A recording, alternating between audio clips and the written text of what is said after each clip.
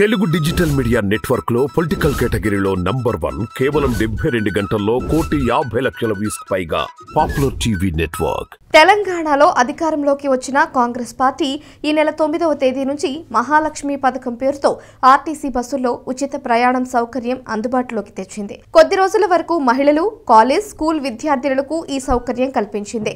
మహాలక్ష్మి మహిళలకు ఉచిత బస్సు ప్రయాణ సౌకర్యం అమల్లో భాగంగా శుక్రవారం నుంచి మహిళలకు జీరో టికెట్లను జారీ చేస్తున్నట్లు తెలంగాణ రాష్ట్ర రోడ్డు రవాణా సంస్థ ఎండీ వీసీ సజ్జనార్ తెలిపారు.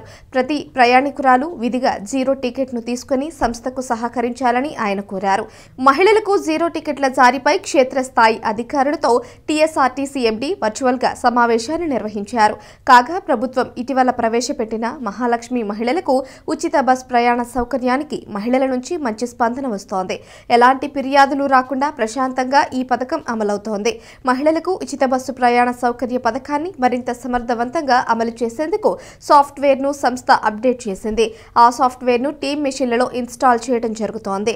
మెషిన్ల ద్వారా శుక్రవారం నుంచి జీరో టికెట్లను సంస్థ జారీ చేస్తుంది.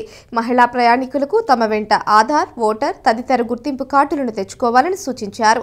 స్థానికత ధృవీకరణ కోసం వాటిని కండక్టర్లకు చూపించి విధిగా జీరో టికెట్లను తీసుకోవాలని టీఎస్ఆర్టీసీ ఎండీ తెలిపారు. ఆర్థిక భారాన్ని తగ్గించేందుకు అందుబాటులోకి తెచ్చిన ఈ పథకాన్ని మహిళలు, బాలికలు, విద్యార్థులు, థర్డ్ జెండర్లు ఉపయోగించుకోవాలి అని వీసీ సజ్జనార్ పేర్కొన్నారు. అయితే మహిళా ప్రయాణికులకు ఎలాంటి ఇబ్బందులు కలగకుండా టీఎస్ఆర్టీసీ అన్ని ఏర్పాట్లు చేసిందని సజ్జనార్ తెలిపారు. ఉచిత ప్రయాణ సౌకర్యం సమర్థవంతంగా అమలయ్యేందుకు ప్రతి ఒక్కరూ సంస్థకు సహకరించాలని ఆయన కోరారు. అతి తక్కువ సమయంలోనే జీరో టికెట్ కోసం సాఫ్ట్వేర్ ను అప్డేట్ చేసి అందుబాటులోకి తీసుకొచ్చిన టీఎస్ఆర్టీసీ అధికారులను ఈ సందర్భంగా సజ్జనార్ అభినందించారు. మహిళలకు ఉచిత ప్రయాణం ద్వారా ఆర్టీసీకి ఆదరణ పెరుగుతుందని భావిస్తున్నారు.